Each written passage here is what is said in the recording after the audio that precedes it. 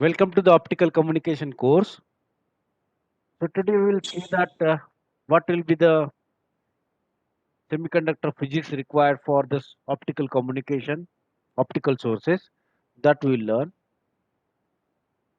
Now we say that there are the two types of optical sources or light sources. One is about LED and another is about a laser. And these two particular sources, so they are formed using the semiconductor material or they are fabricated using the semiconductor material. And these sources are a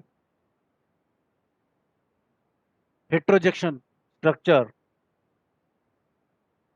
or we say that that junction is about a heterojunction at a source.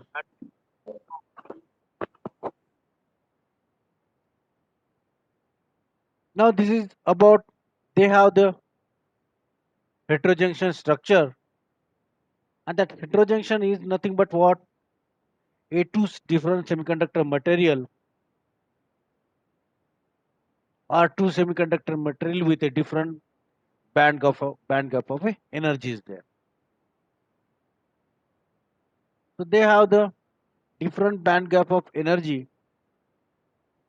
So that's why they are able to generate the light, or they at this junction they emit the photon of a light. And these particular sources, they are suitable for the optical fiber communication because they have the adequate output power level and they have the wide range of applications there. Means we can say that they have a wide range of application. They have the output optical power that will be adequate one,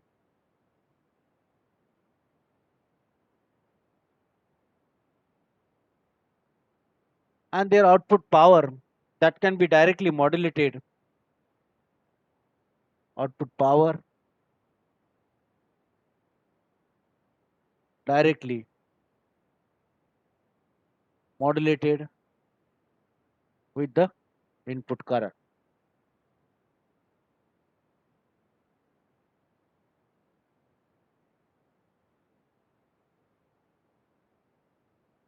And they have the high efficiency. They have the high efficiency and their dimensions that are compatible with the optical fiber. Dimensions compatible with optical fiber. So means we say that whatever the core size or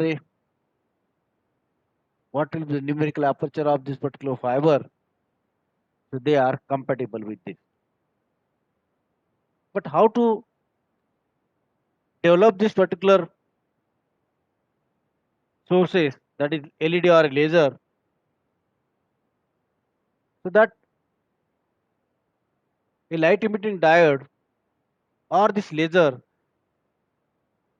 they that is nothing but one particular PN junction. They are fabricated or they are developed or a design or a construct using the PN junction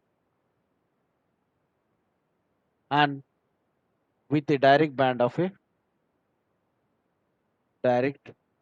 gap of this material.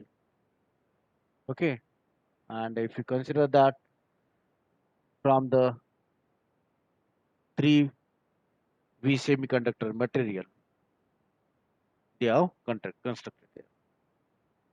So if you see that generally that is we say that is about a PN junction, means it is about a P type material and N type material. and they have the holes and the electrons when this particular PN junction is used in a forward bias condition. So you can say that electrons and holes are injected into P type and a N type material.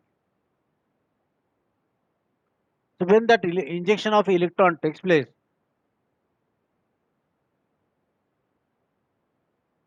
because of that a injected minority carrier, they combine at the junction, and because of that they combine at a junction, so recombination of that electrons and holes takes place,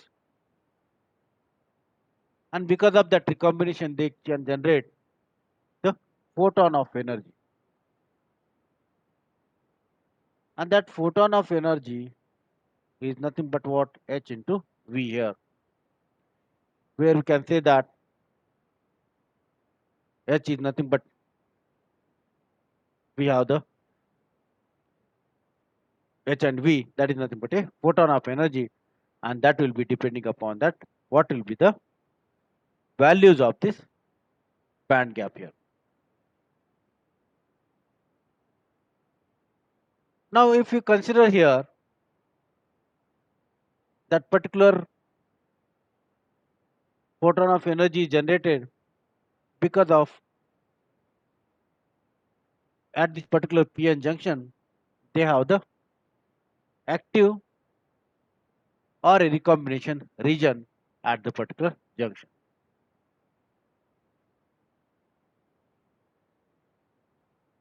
Now, if you compare that a light emitting diode and a laser, because we can say that photon of energy is generated by the source because of this particular junction, and if you compare a light emitting diode and a laser diode, so output of this light emitting diode or LED, that will be a incoherent one.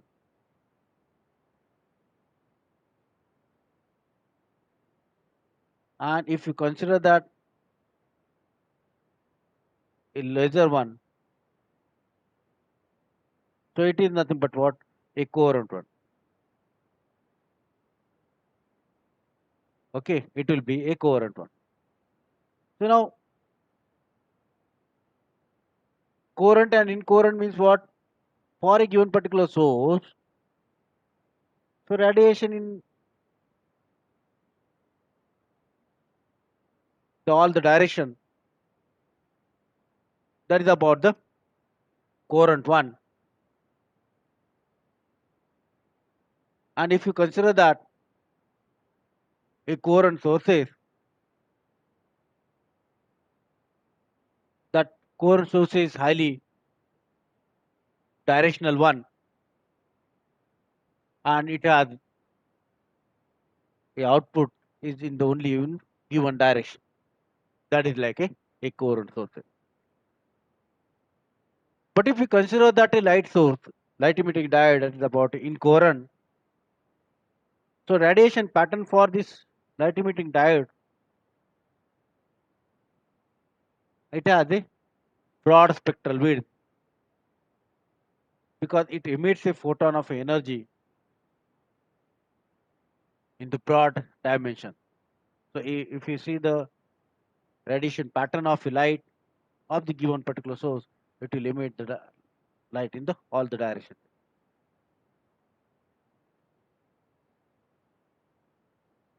So the whatever the emission takes place in the particular light emitting diode, that is depending upon that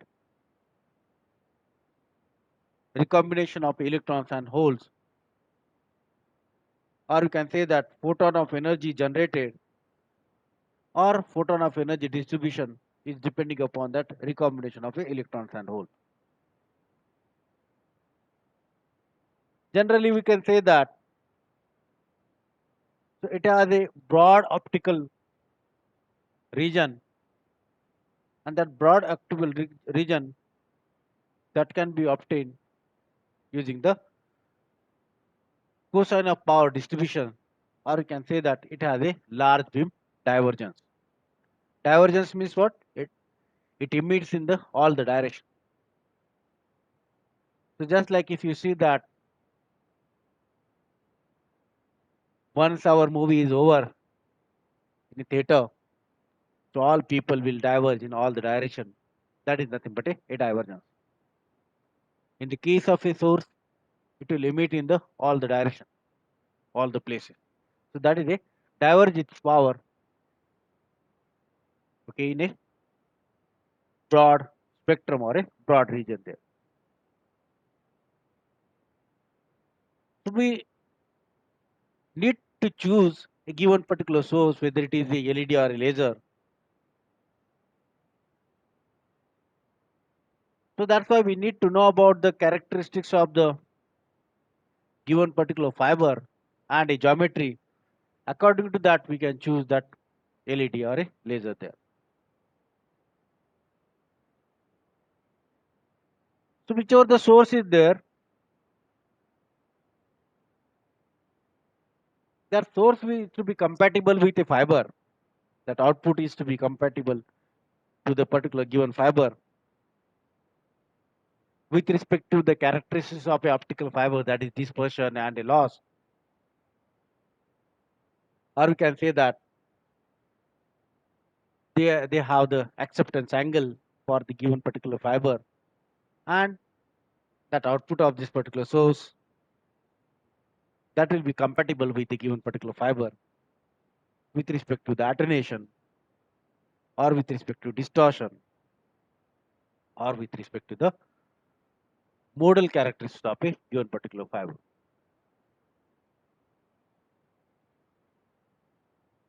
So that is respected to the fiber, and related to the source, they have the spectral width or a spectral component.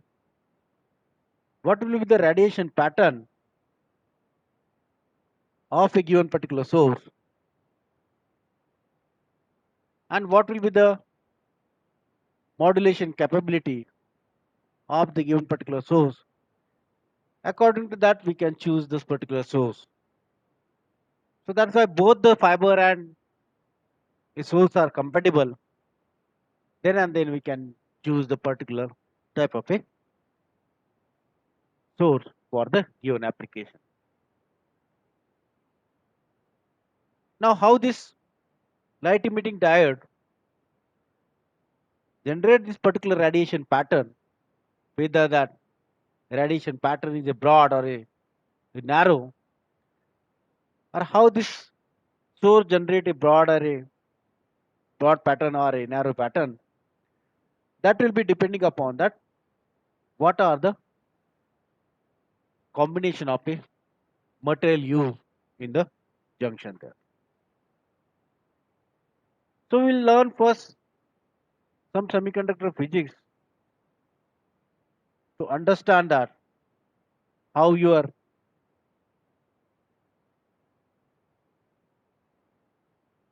light emitting diode will work there. So it is just like a basically that semiconductor material, or you can say that the semiconductor material, it has some particular energy band, and they have the types of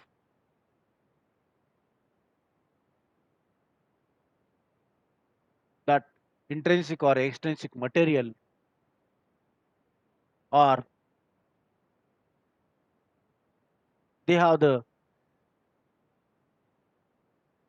different direct and indirect band gap of a material.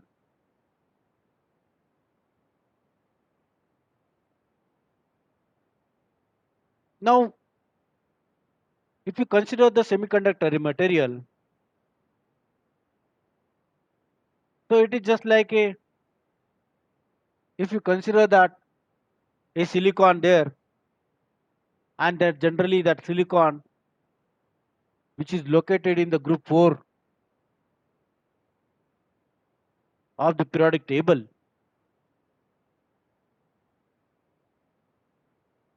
that you know And group 4 periodic table means what? That silicon has what? A 4 electrons in outer shell. And because of that 4 electrons in outer shell, so they makes a covalent band with the neighboring atoms using this particular structure.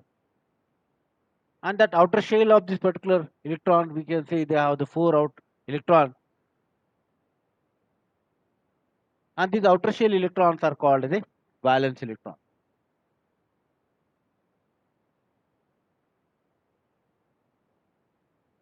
Now, if you consider that a energy band diagram of this semiconductor material, so in that case, you can see that it has a electron here in the conduction band. This is nothing but a conduction band, and then this one is nothing but the valence band. And this one is a energy level diagram when that electrons are excited from the valence band to the conduction band. When it will be excited, when we apply some electric field to this, then we have the transition of the electrons and hole takes place. You can say that here the electron transition or this particular region is nothing but that energy gap.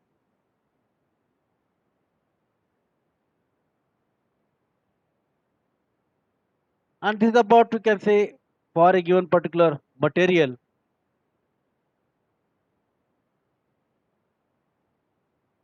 because a semiconductor material it has a 4 valence electron or a 4 electron, and they occupy a band of energy level, and that will called as a valence band there.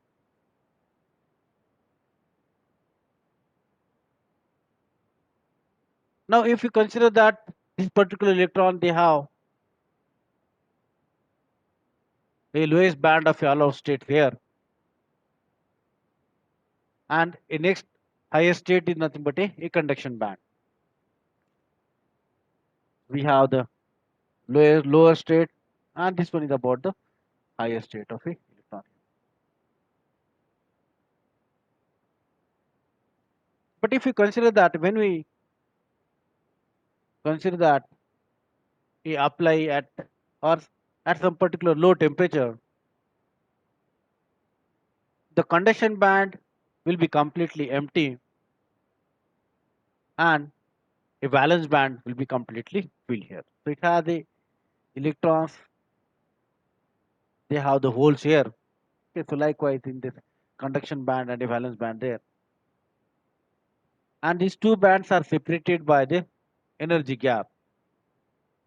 And at some particular temperature, what happen? So this because of at some particular temperature, electrons are thermally excited across this particular band gap there. For the silicon, this energy band gap is about a 1.1 electron volt.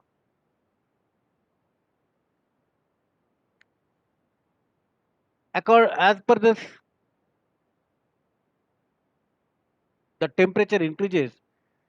If that energy is greater than this particular 1.1 electron volt, and that will be the band gap energy for the silicon. So then what happen? So electrons are excited in this particular band gap there. So this excitation process will give rise to a concentration of free electrons in this particular conduction band, and which we have the holes in this particular holes in this particular band here in the valence band.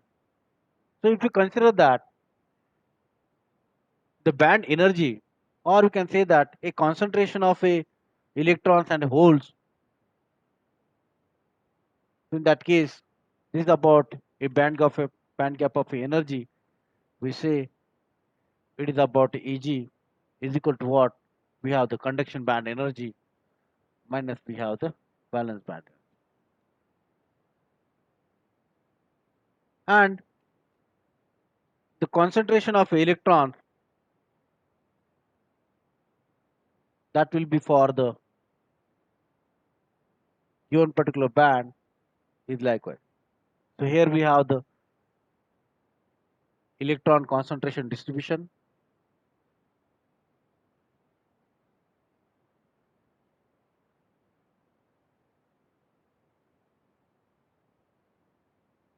and here we have the whole concentration distribution.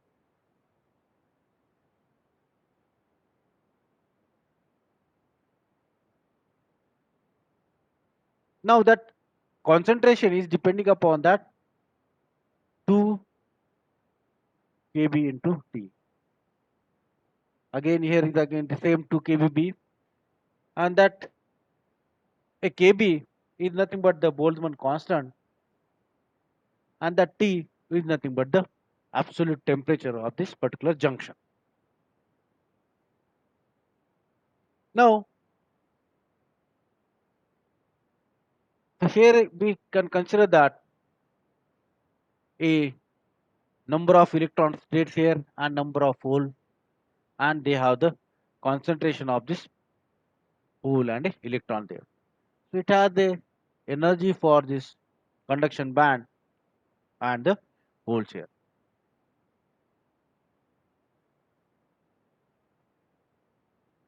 Now when at this particular case, so we have the free electrons and holes, and these free electrons they can contribute to the conductivity, and electron in the valence band can move into the whichever the vacant hole we have. So we can say that, so we have the electrons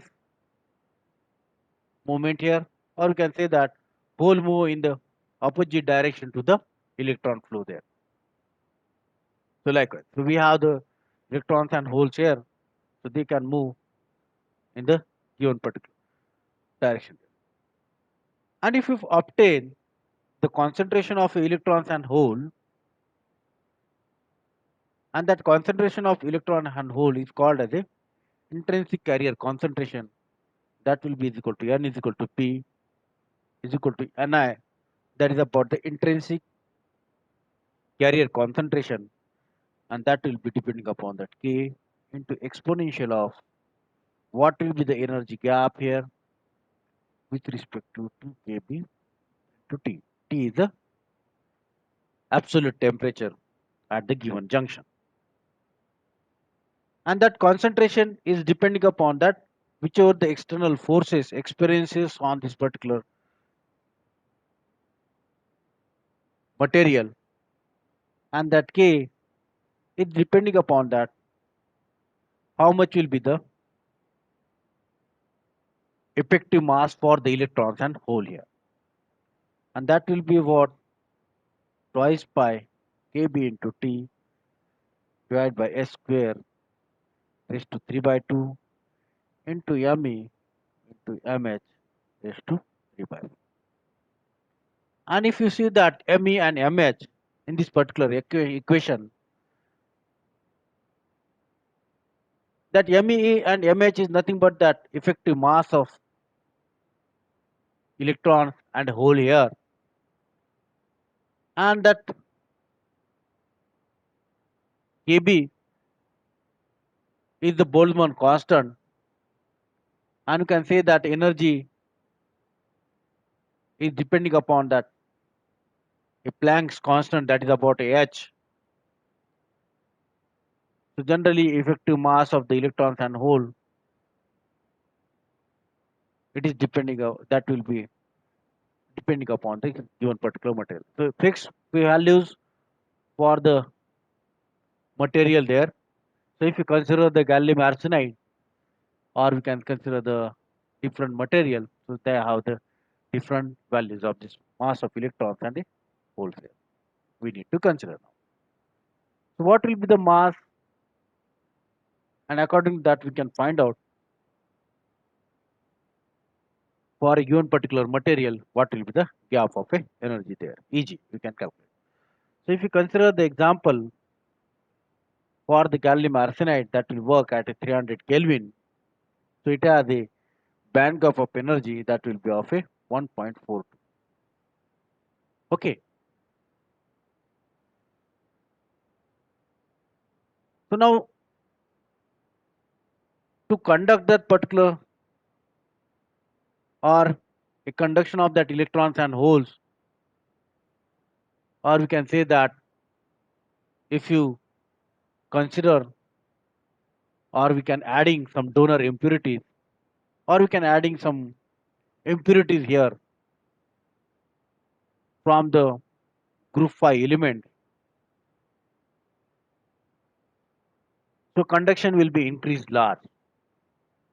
So if you consider that a group 5 element, that is P, As or Sb, that is from the group 5 element. So if you add the impurities of this particular group 5 element, so conduction will be increased greatly there. And that by adding this particular impurities or addition of this particular impurity is called as a process.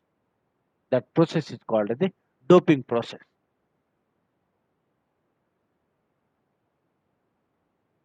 And that material or that semiconductor material we are adding, that is called as a doped semiconductor. And because we are adding externally, so that's why that material or that process of doping is called as a extrinsic material. And this one is about a group 5 here. Because of this particular group 5, they have the 5 electrons in the outer shell,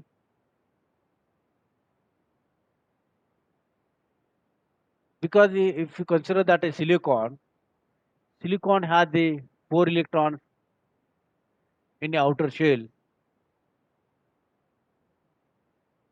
When we form a bond of this particular, or when we use this particular material, so in that case, using that 4 electrons, they can form the bonding, but the fifth electron is nothing but a loose here, or that will be loosely bounded electron, and that loosely bounded electrons are available for the conduction. They will be, that will be moved from anywhere here.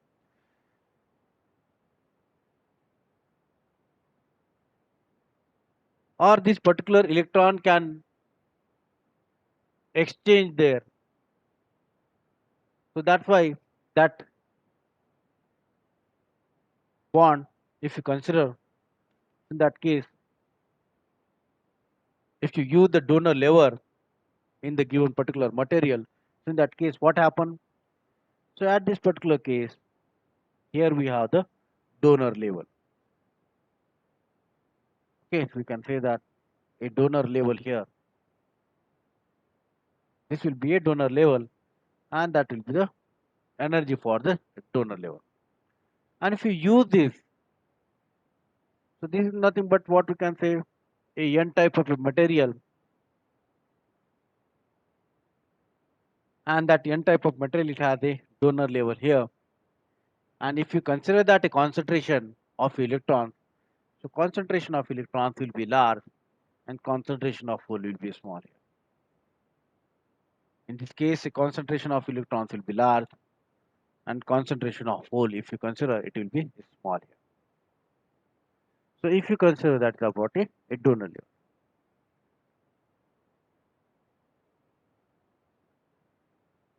because we can say that this donor give up the energy,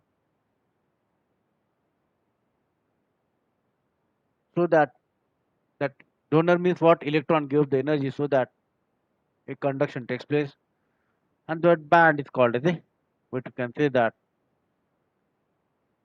this one is about a conduction band we have. So because of that donor impurities, so there will be a free electron moving in this particular conduction band there. Now in the case of, instead of a group 5, if you consider that a group 3 element,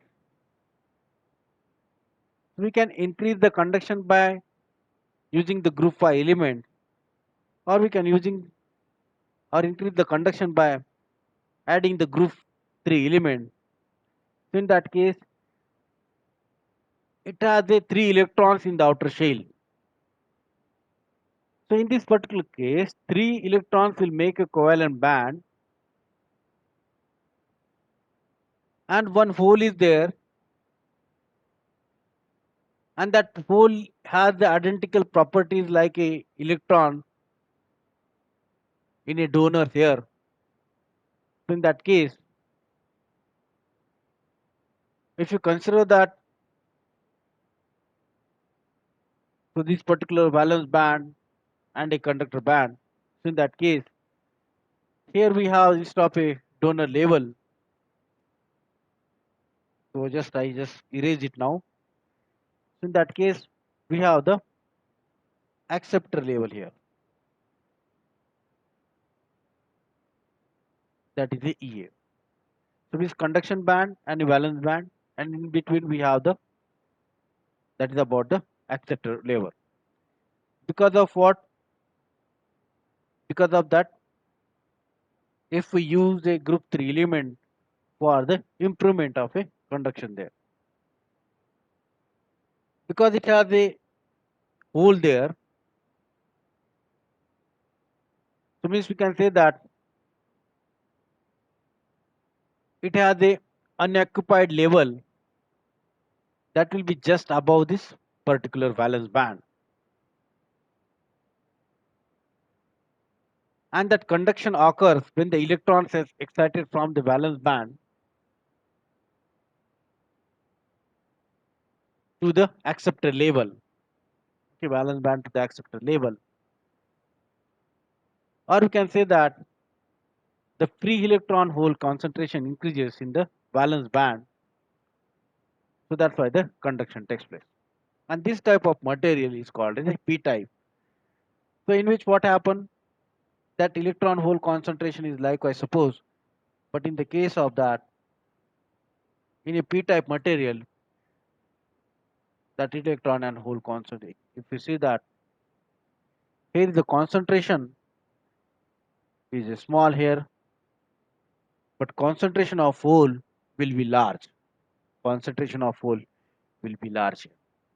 So number of electron states, if you see that, hole concentration will be large, and it has a hole concentration, that electron concentration is low. Means at, it is actually low here. Okay, so we can draw here, it is up to this one, and here it has a large.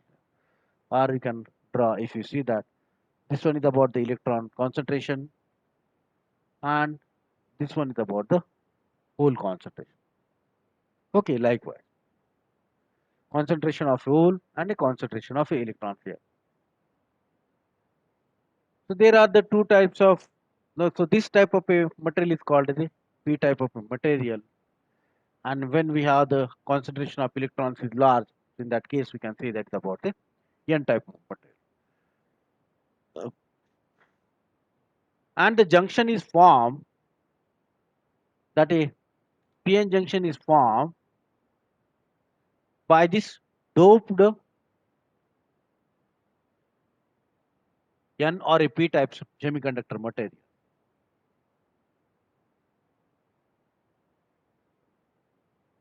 So that we can say that we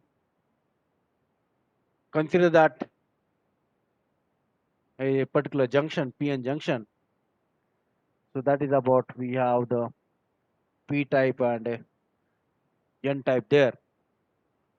But in the case of a P type material, if you see that it has a majority of a concentration that is about a hole. But in the case of a N type, they have the majority of a concentration of a electron there.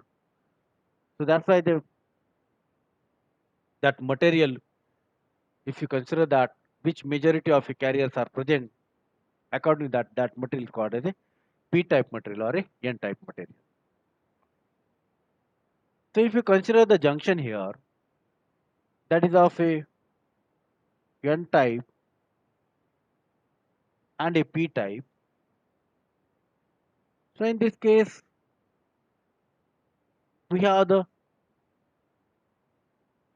holes and the electrons. Okay, so we just draw here at this particular junction. This is nothing but a depletion region we have. We say this is about holes.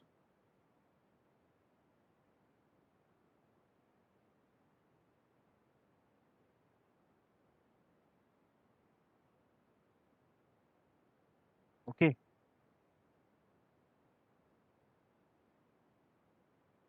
Now this is nothing but what we can say. It is about a depletion region. And this one is about a P type and N type material. We say PN junction. We say, and it has some particular potential, and that is called as a barrier potential.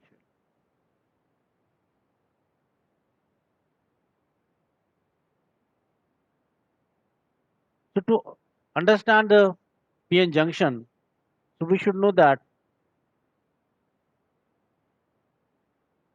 it has a majority carriers of N type and majority carrier of a P type here.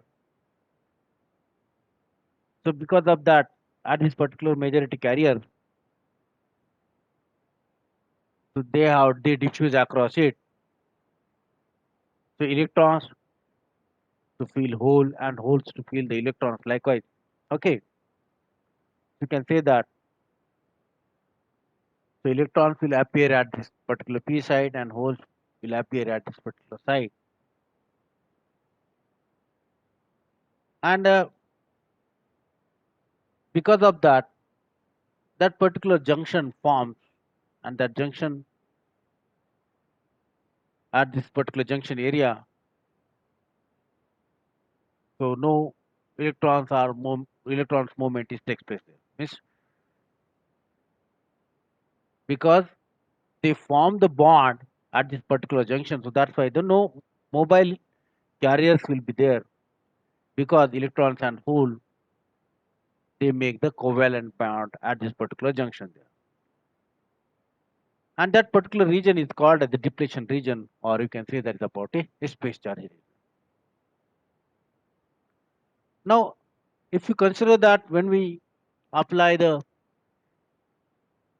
a bias to this, or you can say that when we consider that to operate in a forward bias or a reverse bias,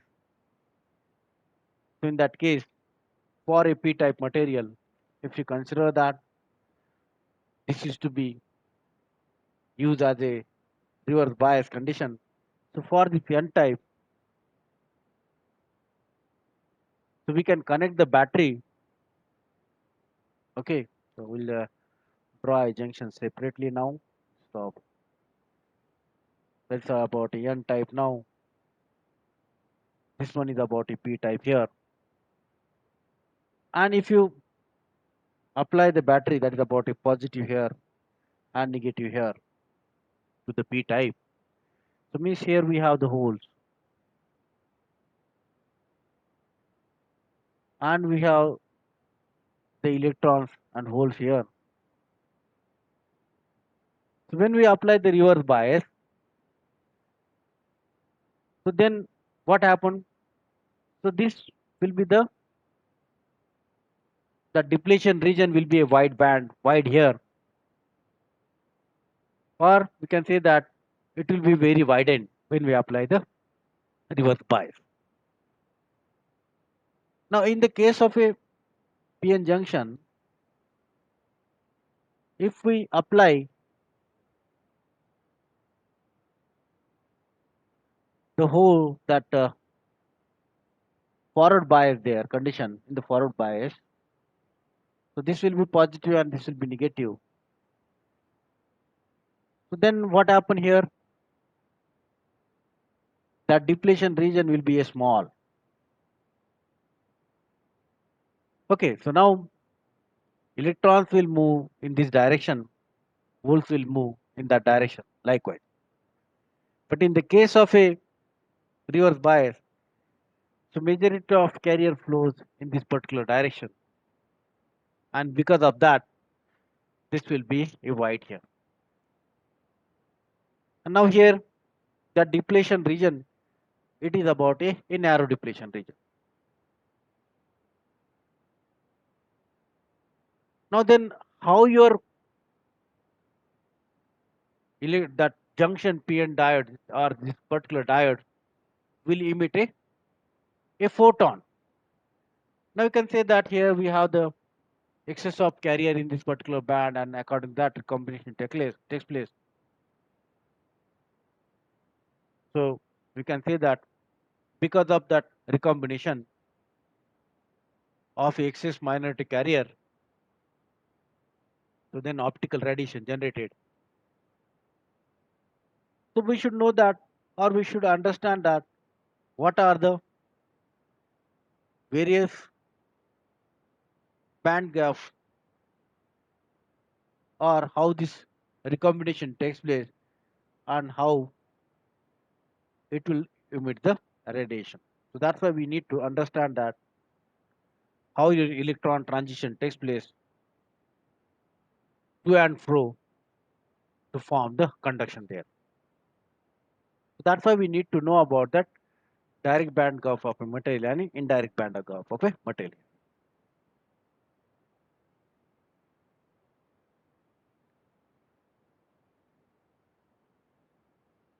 Now, a photon of energy, we say that earlier, that is depending upon that, or that what will be the HV by C, we say earlier, or that is about a energy we can consider HV by C earlier. Now, generally, a semiconductors, if you consider, they have a two types. That is a direct band gap of a semiconductor or a indirect band gap of a material, and that depending upon that shape of that particular band gap, and that band gap is depending upon that momentum function, how your electron transition takes place, whether it will be a direct or whether it will be indirect. Now, generally, you can see that these are about the conduction of electrons, or we can say that a conduction band electron here. We have that valence band, and that valence band, and it has a momentum. That momentum is k here. Now, electron transition means what? A direct here. So means we can say that transition of electron takes place directly. Okay, transition of electron takes place directly, or recombination of electrons and holes takes place here, and because of that, they generate or they emit the photon of energy, and that photon of energy is HV, and that energy is nothing but a because of that direct band gap of a material, and that depending upon that momentum k here.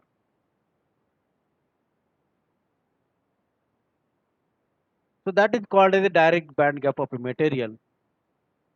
And in the indirect band gap of material, so we have the conduction band. This one is a conduction band, and we have the electrons here. That is about a valence band, electrons and hole.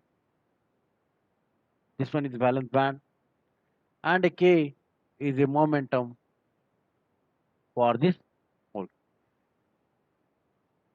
So in this case, what happened in the indirect band gap of material? So if you see that a conduction band, we have the conduction band minimum is at this particular point. So from this, okay, and the valence band maximum, where we have the valence band maximum, that levels, if you consider that, in that consider valence band maximum and conduction band minimum, that levels occurs at this different place. Okay, here. Now this conduction band minimum and a maximum here occurs at the same place, but here the conduction band maximum, conduction band minimum and a valence band maximum occurs at the different levels. And they occurs at a different levels of a momentum. Okay, they occurs at different levels of a momentum. So band to band recombination must involve a third place to conserve the momentum, and because of that they have the photon of a momentum